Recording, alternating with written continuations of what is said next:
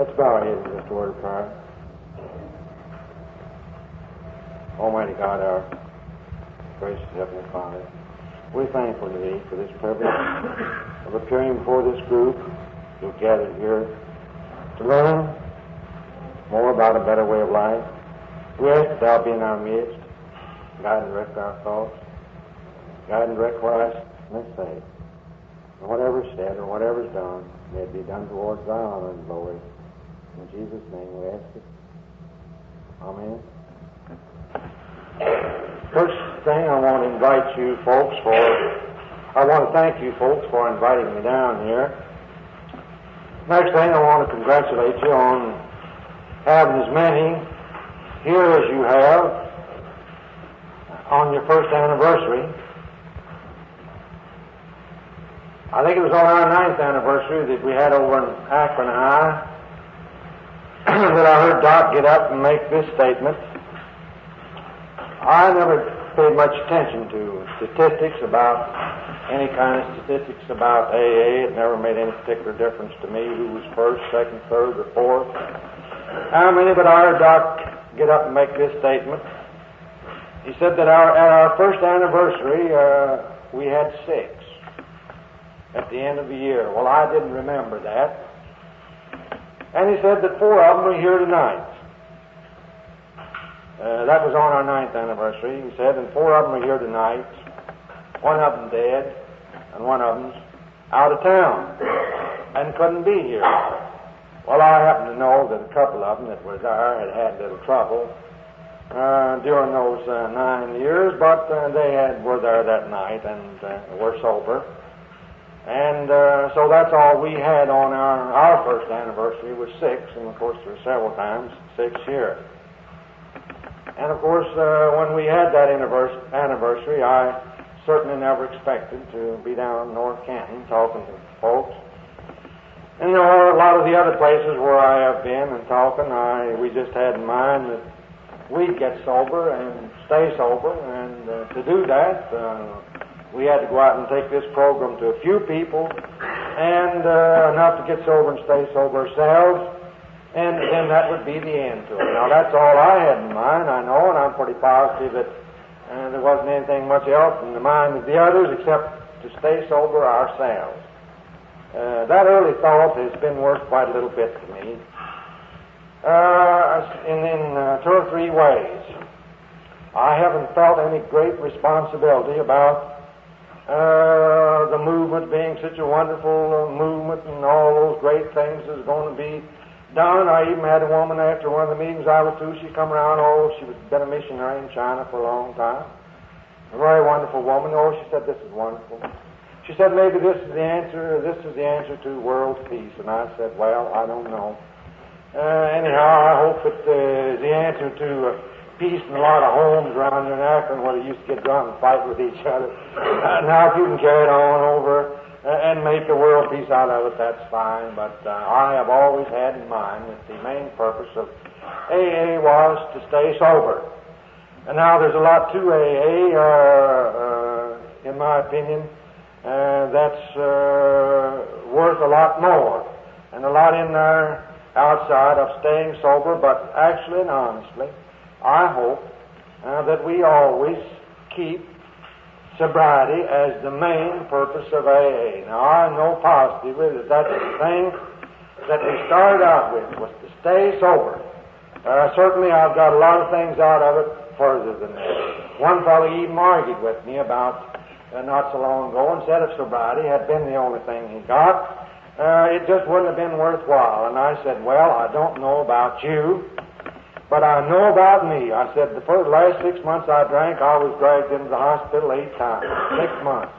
And 4 or 5 times of those times I'd been tied down there to bed there too before ever I knew I was there. And I said, my doctor told me I didn't have but 2 or 3 more, and I knew as well as he knew that I didn't have. He said, you get in such terrible shape that you're not going to make many more of them. And I knew it. And that was 16 years ago, and I'm still living and still feeling pretty good. In fact, just about a year ago, I had some sort of virus, and I stayed in bed 2 days. My wife kept telling me to go to the doctor, but I think it's just a sort of a cold, and I don't want to be bothered with doctors. But I did finally go, and he told me, he said, you sick? And I said, yeah, I know. But I came back and told my wife, she said, well, I kept wanting you to go to the doctor. She said, I knew you were sick. She said, that's the first time I've seen you stay in bed all day since they used to tie you in bed 15 years ago. Which was the truth. I hadn't thought about it. But I said that happened to me the last 6 months I drank. And I've had, since that time, day before yesterday, the 4th day of July was when I came out of the hospital. Of course, I'd been sober some 3 or 4 days then, and that was 16 years ago that I came out of the hospital, and I said I've had 8 or 10 years extra of life, I know, that have been good, with good health. And then you tell me, I said that certainly was worthwhile. If I had never gotten anything more out of AA than that fact that I don't go to the hospital anymore and not go through all that hell and stuff that I went through with, and the fact that I've had that number of years of good life is certainly worthwhile if I had never gotten anything more. I did get a lot more out of it, and there's a lot more in it, and I hope that folks will get it. But I still hope that we keep that sobriety the main purpose of AA. And, it's getting a little bit harder for me to lead a meeting right along. I think the reason for that is that I've been doing it for so long, and most of you fellows know that I've been doing it for so long, and so you begin to wonder why in the devil I don't get any better than what I am. That makes it a little bit tough on me. Well, that might be good too. Maybe then they'll sort of stop asking me. I was just talking. I think the first meeting that I went out of town to lead was over in Toledo, and I expect that was better than 10 years ago. Because I think it was about 2 years ago I was over in Adrian, Michigan, and I was talking to a big fellow there, and I said the first time I was ever over here in Toledo, he was up there from Toledo, and I said that was about 7 or 8 years, something like that ago. He said, well, I know exactly how long it's been. He said, I hadn't been sober but about 3 weeks. And I was there at that meeting, and I've been sober 8 years, so it's been better than 10 years, the first time, as far as I know, that I went out of town. And I've been doing it, and there's a lot of you fellows back there that can do just as good a job as I can, and you ought to be up here leading this meeting instead of me, because you can do it just as well, and it will help you. Because in my opinion, there isn't anything much that helps a person more than leading the meetings. In fact, that was one of the main things that they had in mind when we started out. And when we went to a meeting in the early days, we didn't know when we went who was going to lead the meeting. We went and we had what we called quiet time, and during that quiet time, we was to open our minds for instruction as to who we thought ought to lead the meeting that night. And then after we did that, sat there in silence for 5 minutes while they started around, who did you think? And this fellow say this one, that one, and whoever happened to have the most, we pointed to him and said, well, it's you. So he got up there and took charge of the meeting and went ahead. And we didn't know until we got there who was going to do it. And that wouldn't be a bad idea to try out, in my opinion, every once in a while here. It'll help a fella. It might muss him up a little bit for a minute or two, and did us, but we'll get over it. And I used to say when I started out that if no one was helped in the meeting except me, well, I certainly knew I would be by leading the meeting. It would help it. And this idea of these fine speakers and good speakers and so forth been called in, I never have been too much in favor of that, because I've seen some mighty good fellows take a licking on account of the fact that I'm very positive that that idea that they were in demand quite a bit as speakers sort of began to go to up here to the top of their head a little bit, and they got a little proud of it. And in fact, as I watched 2 or 3 of them, then I was sort of wondering if that wasn't happening, then 1 or 2 of them, it certainly happened terribly bad to them. Now, that might not have had anything to do with it, but they did fall off and didn't do so good, and I sort of wondered. It's a little, now, I'm not saying what I got up here to say, but it is a little hard, you know. I was lucky. I've been lucky all the way through AA. That's helped me out an awful lot. I never could feel particularly complimented by the reason of the fact that they asked me because they happened to ask me just because I happened to be the first person that Doc and Bill worked on and were successful with. I'm very positive that's the reason they asked me, rather than what I happened to say. Well, I had no control over the fact that they happened to be the ones that I happened to be the ones that they picked up first, so I never could feel that way about it. And that's been a help to me. But I remember one time I came in there and at home, and I'd been to a meeting, and you know, I think so the meeting, you know, something getting sort of wrong with these meetings. They're not hardly up to par. And I don't know just what's the matter. What's wrong? They ain't the same happening or something. I just wasn't. I was rather low about how he was going. And so I picked up a little book there and opened it like this. And I just saw it laying there. It was my wife's magazine. I didn't know how to ever look at it. But I picked it up that night and pulled it open. Just a matter of luck. I never looked. Pulled it up there and I started to read. And why I never even looked at the heading. I don't know yet what the heading of the article was, but the part I read was, I'm a little ashamed to tell you this, but it actually happened. The fellow said he went over to his neighbors, and the fellow insisted on showing him about an hour or better of pictures, moving pictures that he'd taken of he and his family around the house there. Well, the man said, I had seen him day after day around there doing those same things, and I'd seen those rose bushes and things, and it really wasn't very interesting. It was rather boring to me to sit down and look at those pictures. And after it was over, he said, of course, naturally, to be polite, I had to say something. Said they had a little 8-year-old girl. Said I looked over at her, and I said, well, what part of the picture did you like the best? Well, she said, the parts I was in, of course, she said. Well, I do. And that came in my mind. Now, do you reckon that's what is sort of the matter? Maybe they sort of slipped up here, and maybe they haven't been paying you hardly as much attention. Maybe you haven't led as many meetings. In the last, I wouldn't tell you this, I'm sort of ashamed of it, but it might help you. And I said to him, they've been paying as much attention to you as they should, or something like that. That's the reason you're finally hurt. And when I analyzed it down, right down to the fact, I had to come to the conclusion that possibly that might have had something to do with the fact that I thought those meetings weren't hardly as entertaining as they had been because I hadn't had the spatial attention that I maybe thought that I ought to have. Although I really never particularly wanted any spatial attention because, and I told them over and over again I don't, because I'm very positive that if anybody else begins to set me up there as somebody to go by and lean on and give me spatial attention, while the old devil, he'll start giving me spatial attention too. And I've had about all the attention from that boy for the last 16 years and all my life that I really want. Now, I don't say that in any sacrilegious way. I mean it, because he's always right after a fellow. And if he says, oh, well, if I kick Bill out, I can knock a half a dozen, well, he'll concentrate on me, and I don't need any concentration. And that's neither here nor there. But I thought about that might happen.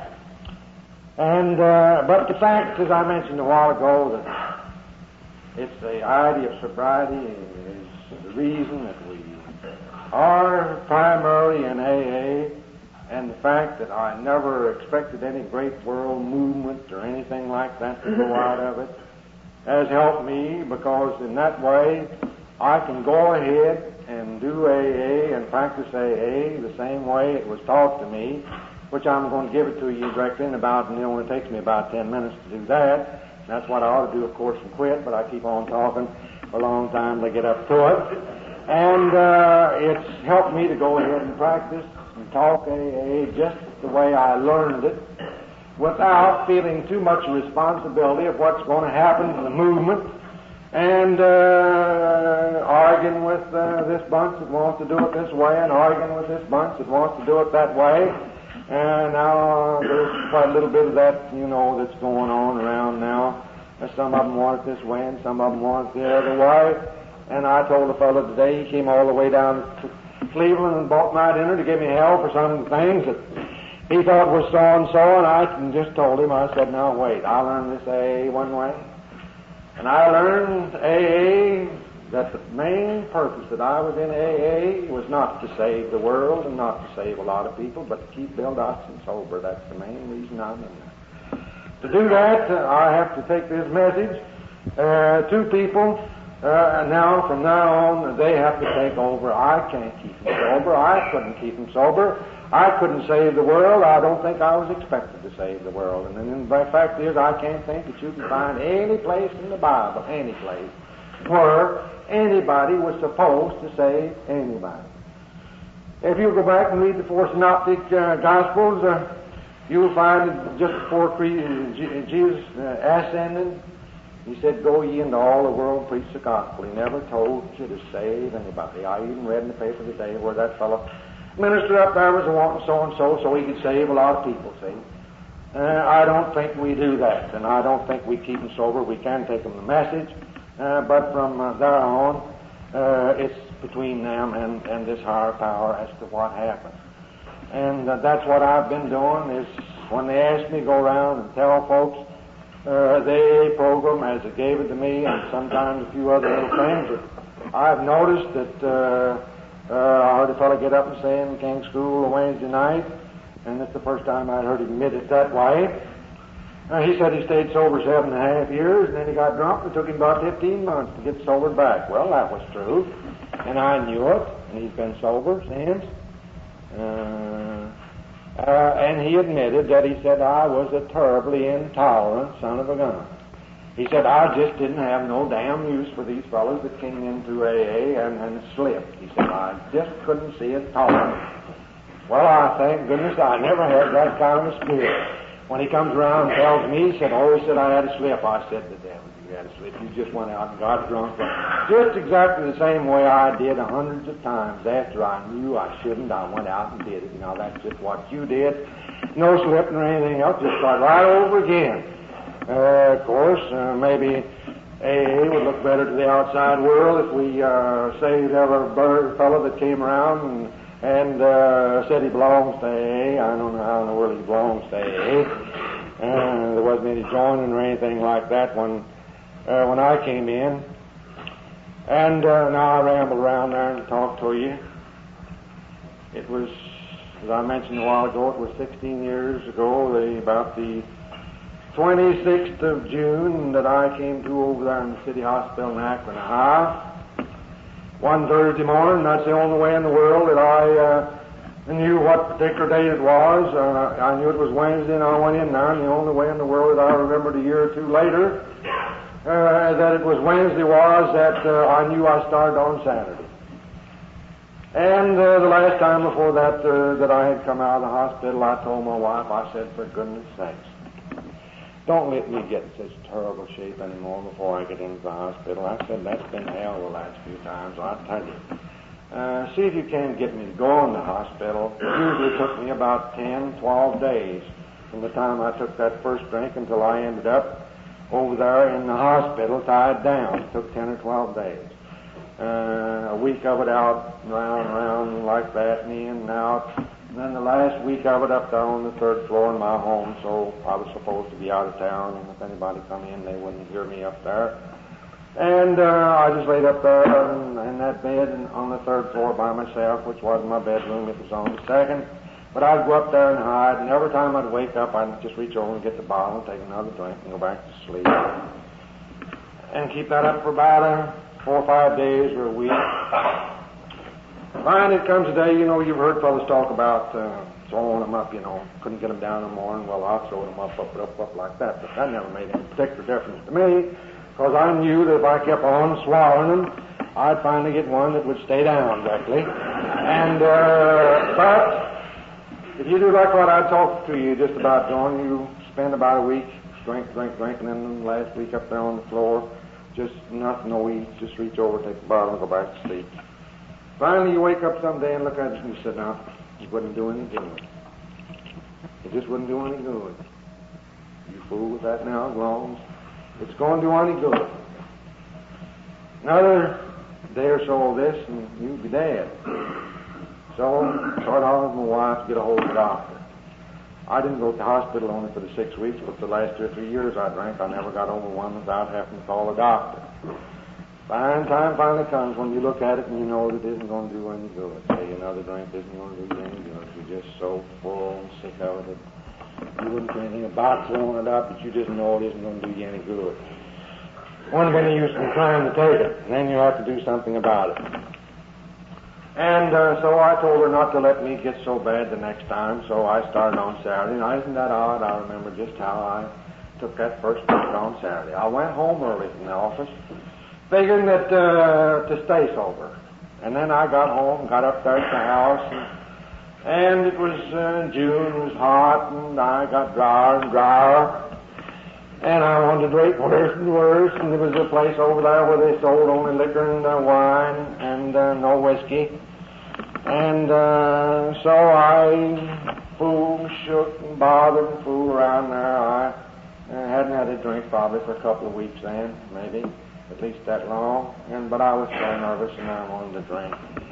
And I finally sold myself, and I sold my wife. Well, I don't guess I sold either one of us. I don't know. But I tried to sell her on the idea that I'd just run over there and have a cold glass of beer and come back. It was time for dinner or supper, whichever you call it, about 5 o'clock in the afternoon.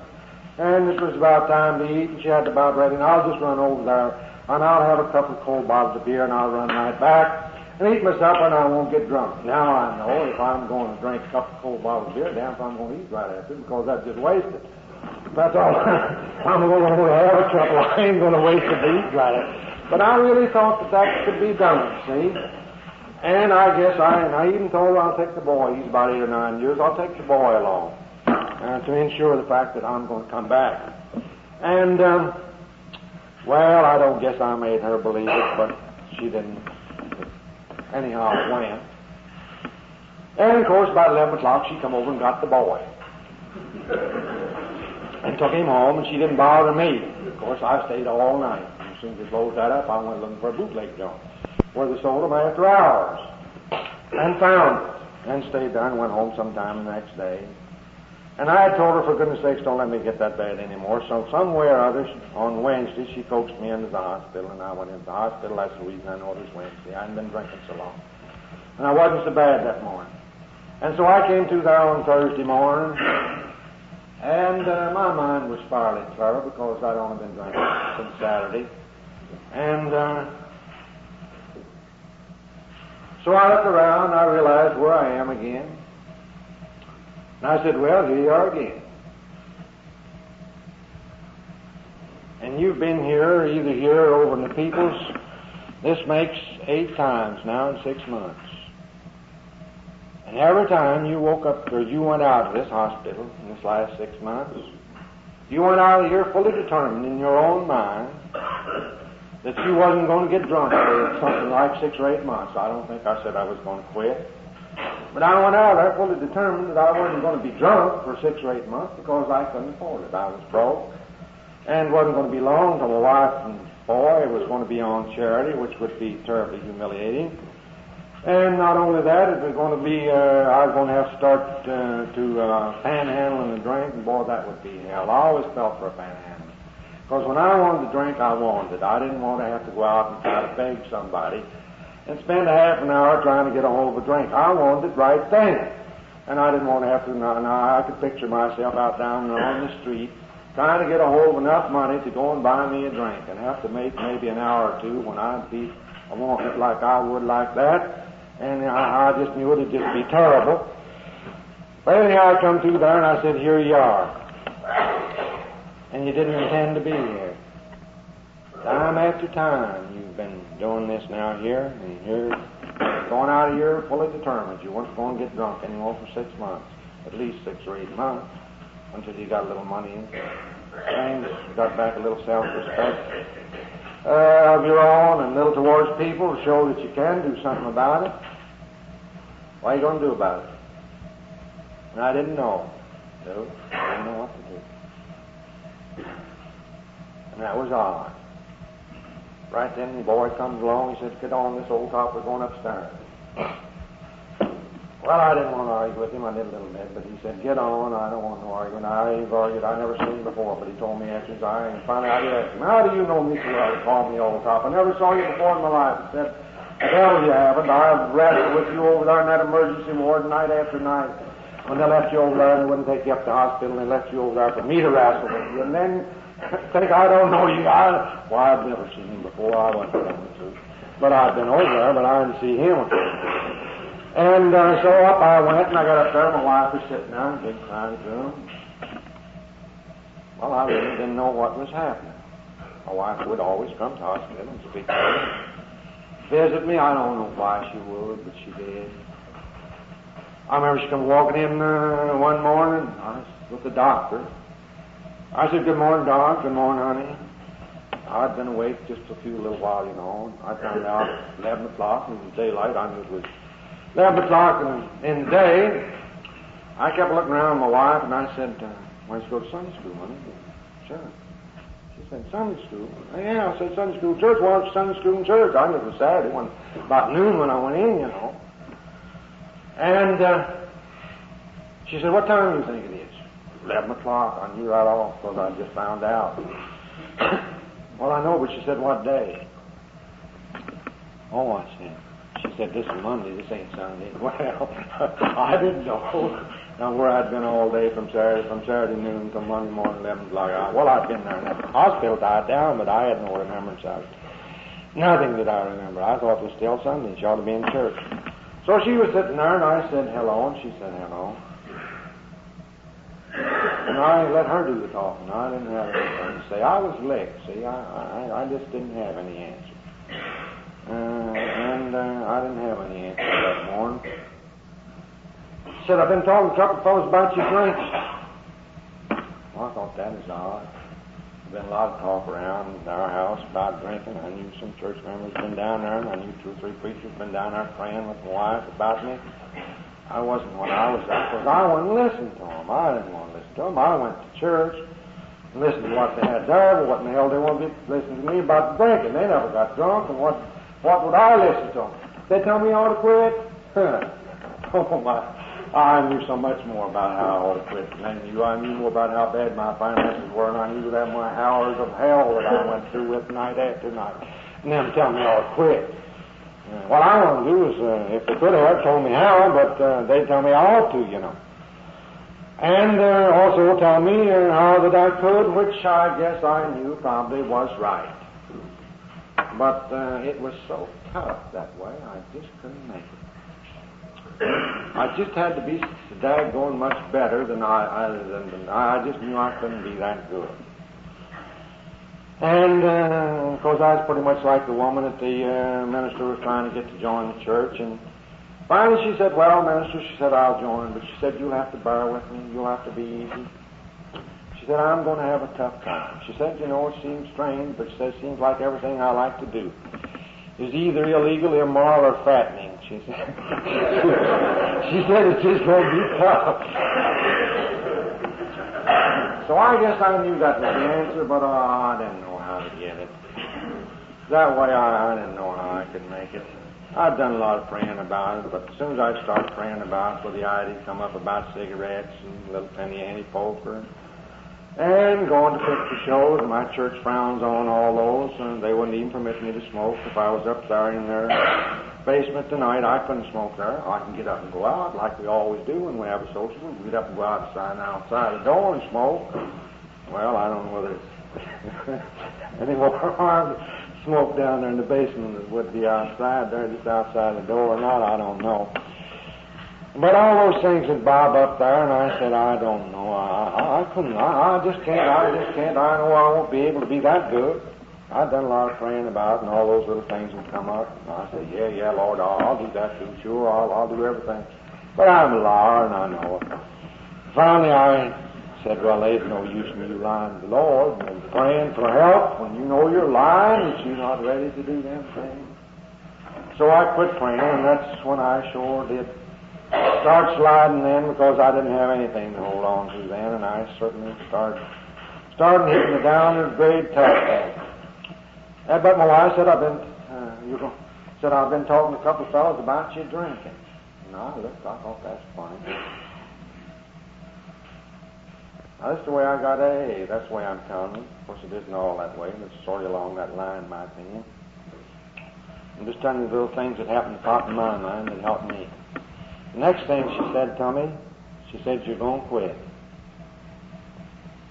And I think, well, where in the devil did you ever get any assurance like that? You must have hit a couple of daggone good salesmen. It makes you think, because she said a couple of men, and it makes you think that I'm going to quit. I haven't heard you say that for a long, long time. She just didn't say anything about it.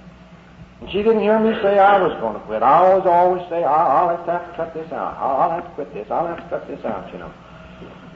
I guess I knew I couldn't quit, so I didn't want to go back on my word, and I'd just go around to help her and maybe help myself too, saying that I'll have to cut it out. I'll have to cut it out.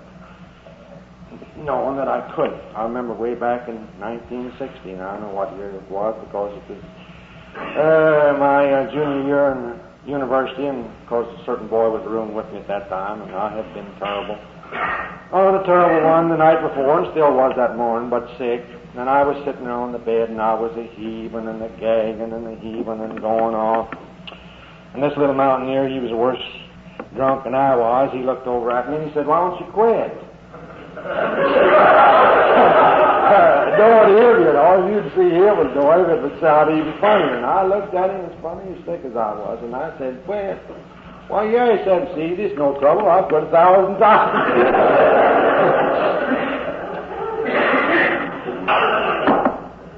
I said you're going to quit. Well, now that helped.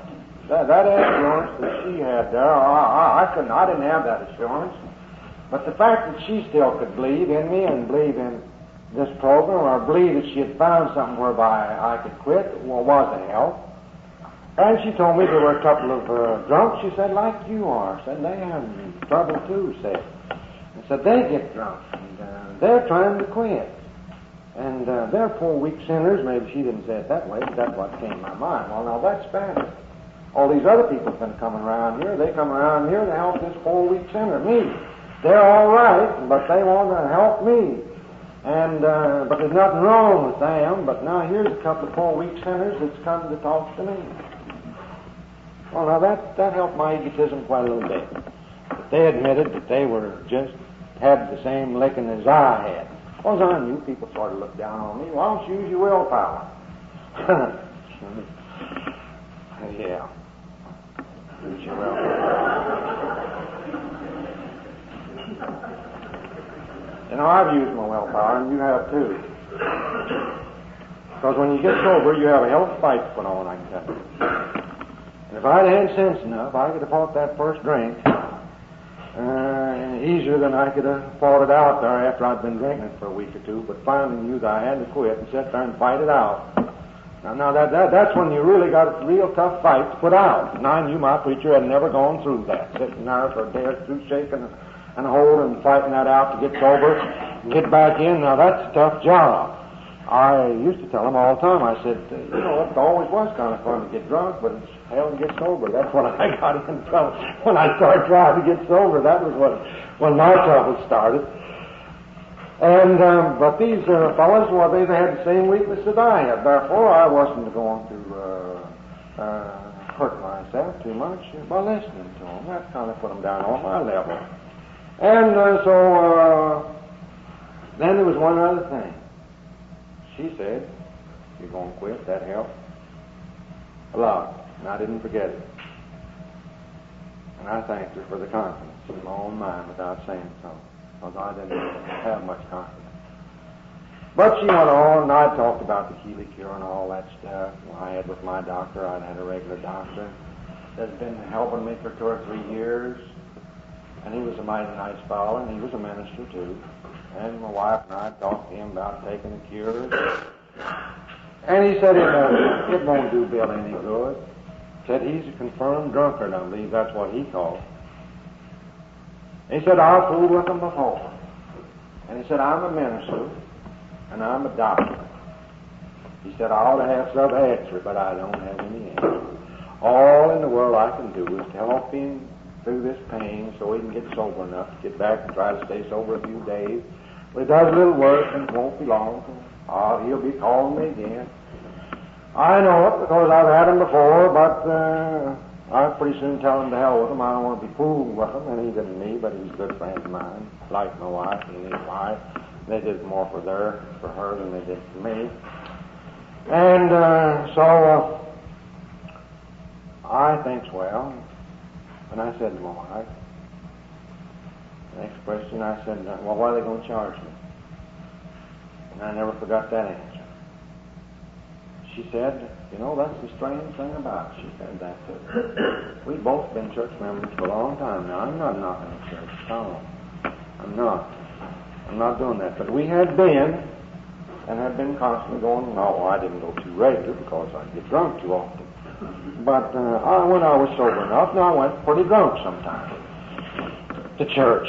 But so I said, what are they going to charge me? She said, you know, that's the strange thing about it. She said, they said not only were they going, no, they weren't going to charge anything, but they said you couldn't pay them a cent if you had $1 million. And I think that's the devil for racket. They ain't going to get no place that way.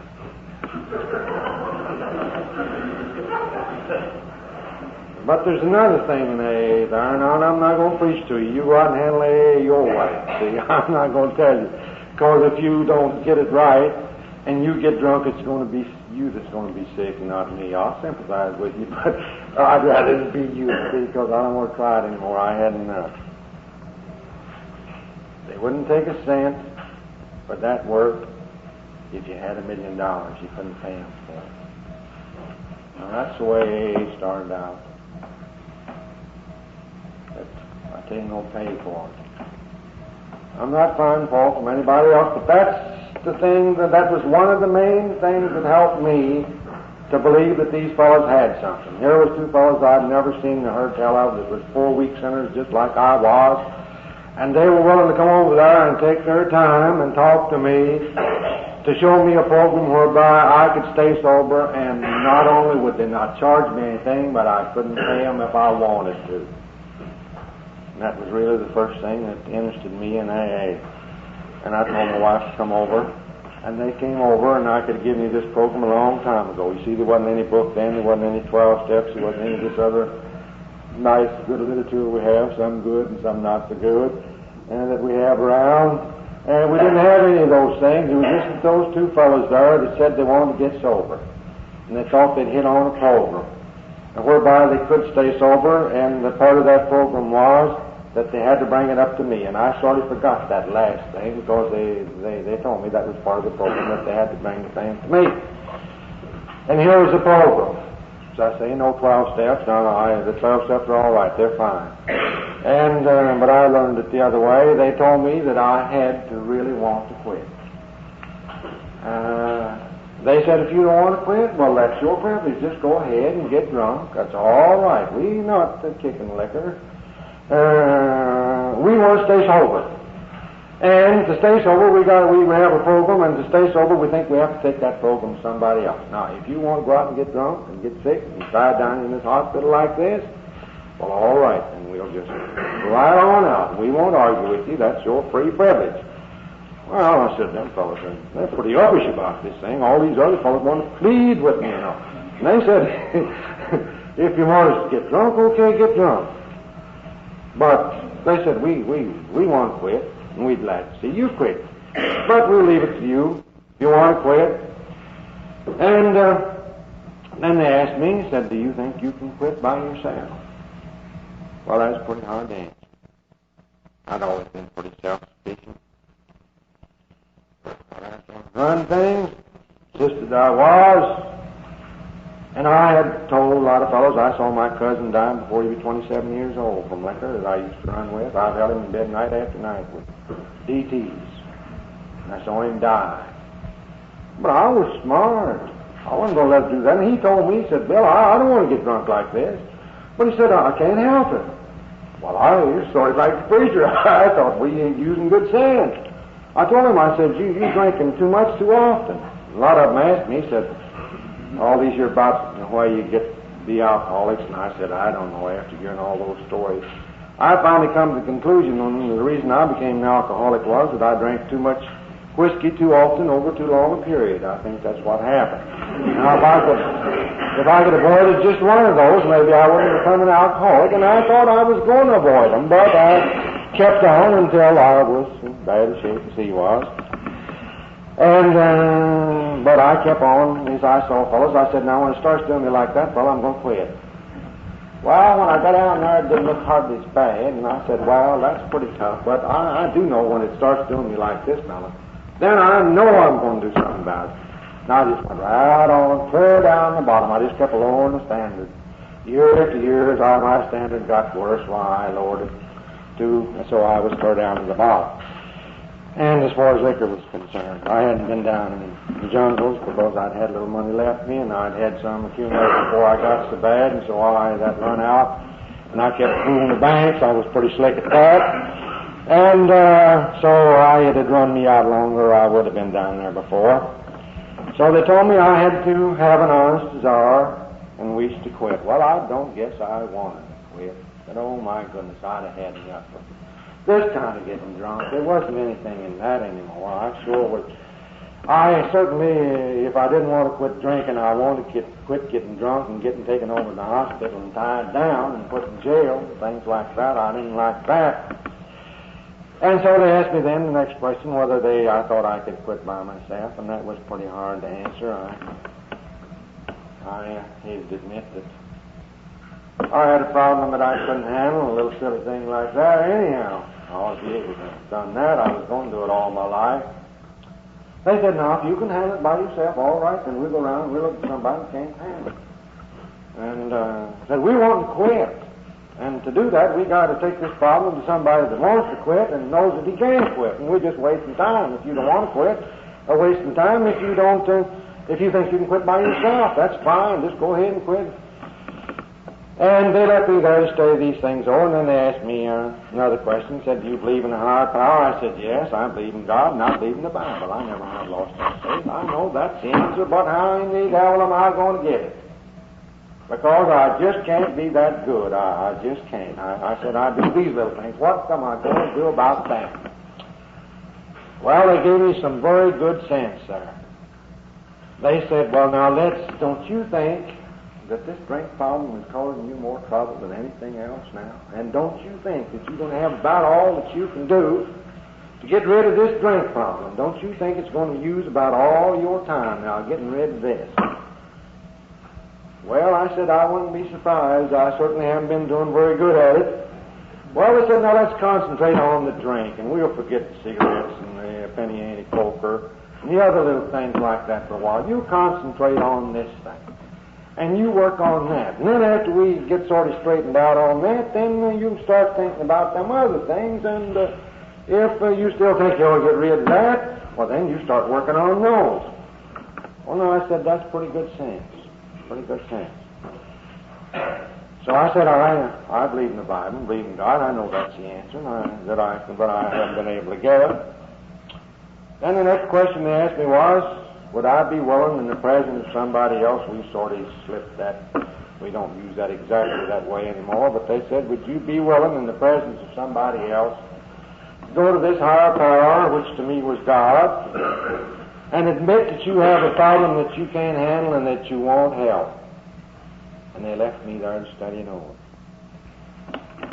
I had to want to quit. I had to realize that I couldn't do it by myself. I had to believe in some higher power that could help me. And I had to be willing to humble myself enough to go to that higher power and admit that I had a problem that I couldn't handle and ask for help. And I stayed there on that old hospital bed and got over into July, and I put up a fight. I thought about all the things that I was going to have to give up if I made this surrender.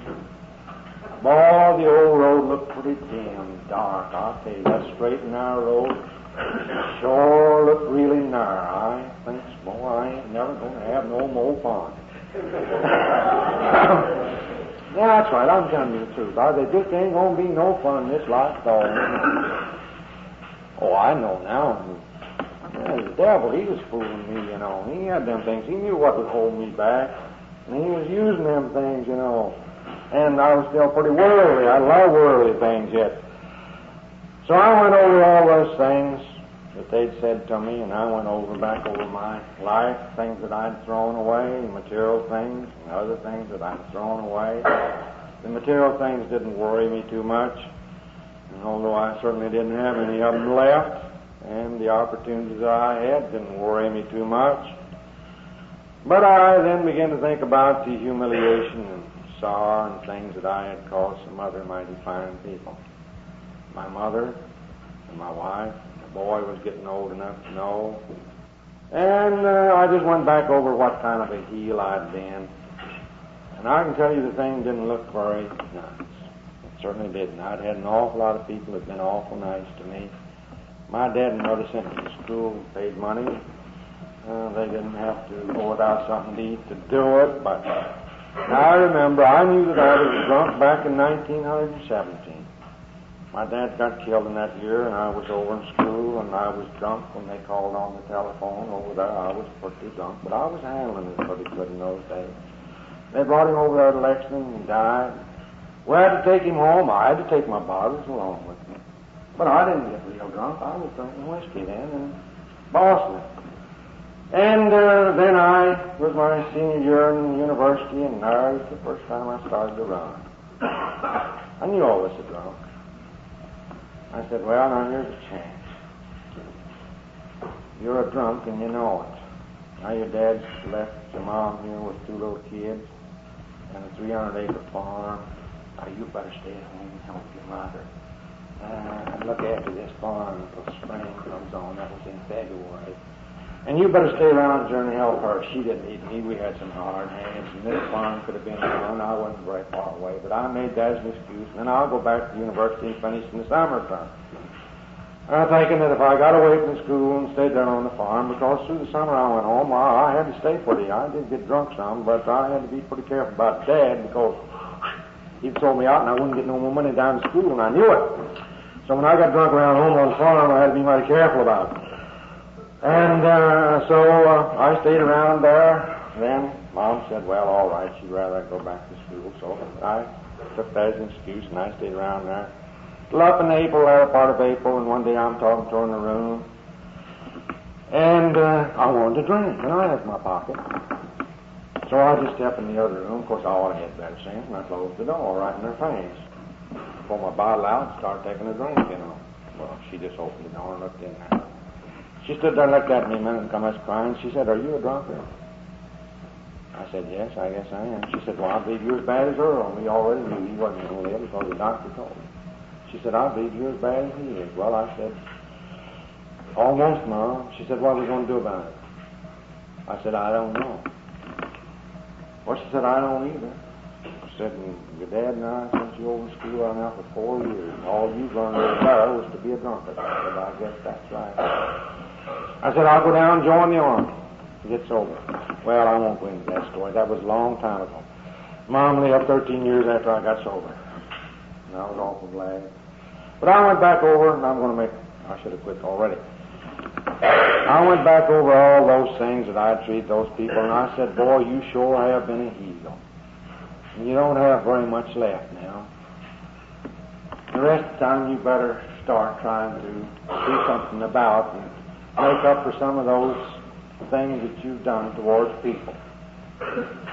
So I said, well, Lord, I've had enough of this. I don't want to get drunk anymore. I've had enough.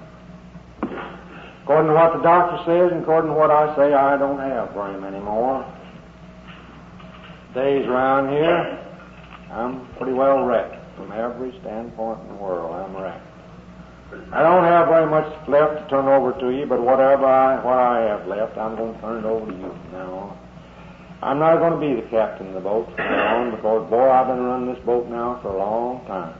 And I sure have made a wreck out of it. From now on, I'm going to try to find out each day instructions from you. I'm not going to get, when I do even pray, tell you what all the things that I want. You know, there's another thing, and I ought to quit. An awful lot of these prayers are almost sacrilegious that we do. For an hour sometimes they'll tell the Lord what He ought to do, what they think He ought to do down here in this world. They'll just right over and over again tell the Lord what He ought to do all the time. He knows what to do. I'd like to spend a little more time asking the Lord that we might be worthy, that we get some of these things that we're asking for. Like the woman told the little boy, he got down and said his prayer. He said, "Mama, how'd you like that?" Well, she said that was pretty good, but she said, "Why don't you spend a little less time telling the Lord what to do and a little just report for duty, and He'll let Him tell you what to do." So I said, from now on, instead of going ahead and running this thing, telling you to come on, help me put this over and this over, I'm going to try to find out what you want me to do. I'm going to try to do it. I'm going to try to find out what your will is for me, and I'll do the best that I can to carry it out. I know I'm human, and I won't be able to do it all the time, but I'll keep on trying. If I fall down, I'll go back, ask you again, because I don't want to drink anymore. I've had all this I want. I've just had all I want, and I want to quit. I've had enough. And I'm going to rely entirely upon you. When that old talks about drink starts coming on, I ain't going to carry on that argument. Every time I started thinking about a drink when I was trying to stay dry, an argument came up. Should I, shouldn't I? And I could get more excuses somewhere or other than why I should. Anyhow, whoever was carrying on the other side of that argument about I should was sure a winner, because he nearly always licked me. I said, Lord, when that argument comes up from now on, I'm going to turn that argument over to you, because that's one argument I always lost. I'm going to let you handle that job, and I ain't going to even start any argument about it. I'll just say, well, now, here, you take this problem over. And I've had enough. I don't want to do this anymore. Anything that I have to give up or anything I have to do, I'm willing to do, and I meant it. I've said that before, but I didn't mean it, and I got wrong. So when these fellows come back, I said, well, I've had enough. I don't want to get drunk and sick anymore. And as bad as I hate to do it, I'll have to admit that I can't do anything about it, because I know I couldn't, or I wouldn't have gone through this. I do believe in that higher power, and I already have gone to that higher power and asked for help, and I'm willing to do it again here or any place in the world. It doesn't make any difference. I'll never be ashamed to admit that I have to go and ask for that help any place where it might be. I've done that, and I'll do it again. I don't know whether I did it or not, but I told them I was willing to. They said, that's fine. Now there's one other thing you got to do. You got to go out and take that same program to somebody else. And that's what I'm doing here tonight. I could have made it a lot shorter and quit. Not kept you folks. And, but you know, these AAs get started talking. I went over to Adrian Mission not so long ago, and as I went along, they told me this story, and it sort of did click, but I forget it every once in a while. Instead, there was one of these fellows up talked on and on, you know. The crowd got restless, and the chairman, he pounded on the desk with a hammer, and they finally quieted him down. They got restless again. This fellow went on and on, and he pounded again. That finally quieted him down. They got restless again, and he got sort of angry, and he hit the desk real hard, flopped over here, and hit this fellow sitting here in the front and side of the head and knocked him out of the chair. The fellow sitting there behind me reached down right quick and grabbed him and picked him up. He said, are you hurt? Are you unconscious? He said, no, I'm still here. He said, hit me again.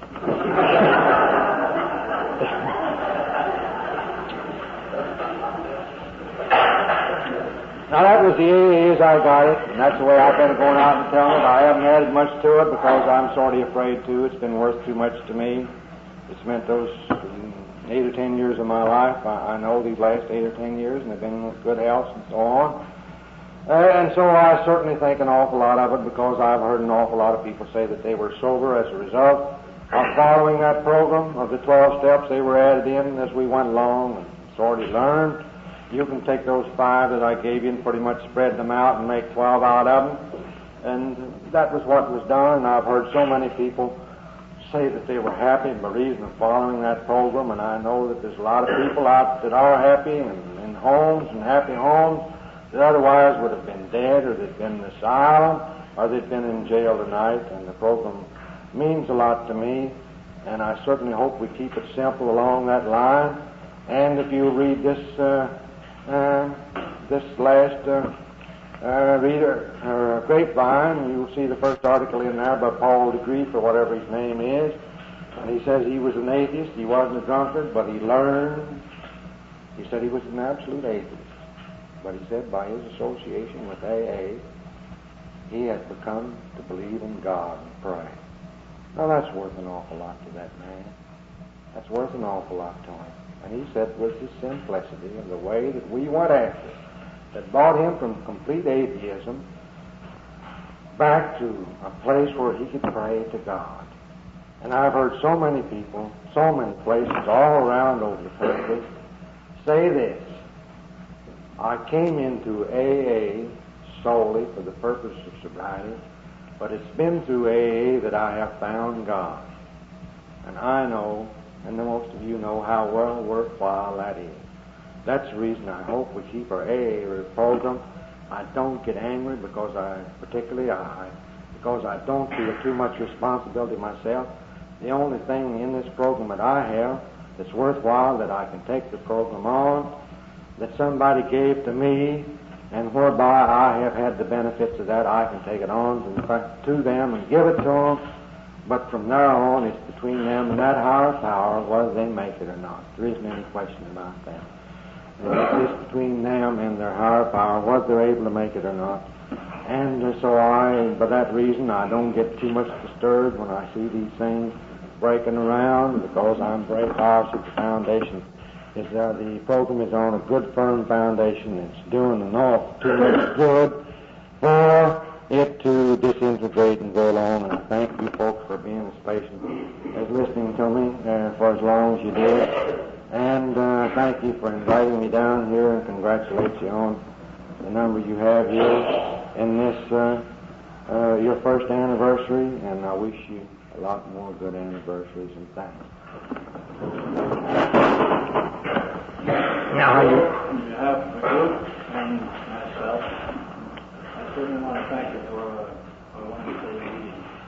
You know, sitting here listening to you and telling about those early days, I couldn't help but think how fortunate we are that have come in so much later, and when we had so much more help.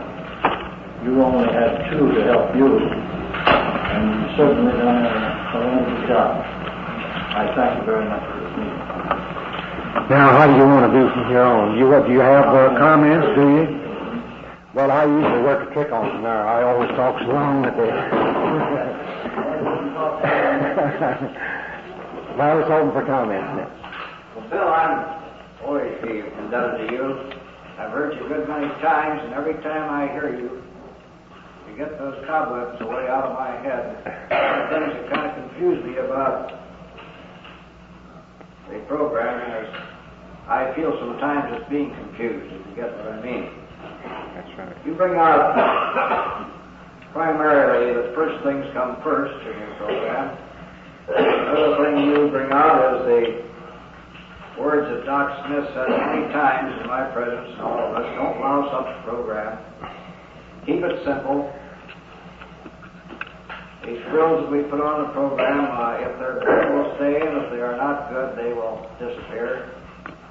Not to get too self-important in this program that we think we can dictate things that the far greater than ourselves have already laid down the rules and regulations.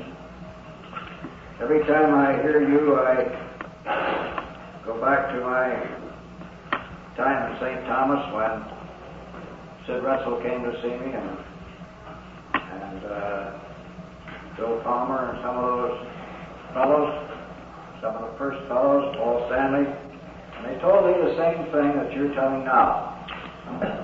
I think if you continue, Bill, and I know you will, going around carrying this message to we younger members, I might say, that this program will continue to grow and grow on solid ground. Thanks very much. Well, you know, the program has meant so much to me that the Lord's been mighty good to me, and I don't want to mess the thing up, because I probably have had all the things really that I'm entitled to from the things I've done, and I certainly don't want to mess this thing up. Bill, I'm sure glad I could hear you tonight. We were talking in the back before the meeting. You asked me how many times I heard it. I said I didn't know, but I do know that if you were leading around these parts tomorrow night, I'd be there. Because I like the way you take out AA with your humility and sincerity. You make the program look so simple, which it really is. As long as we really keep working as you have. And you're a real good example that activity in the program pays. Thanks for nicely. See, I might get sort of stuck up, but with all them nice remarks, but I know these drunks anyhow. No sort of bound to exaggerate sometimes. No, thanks, John.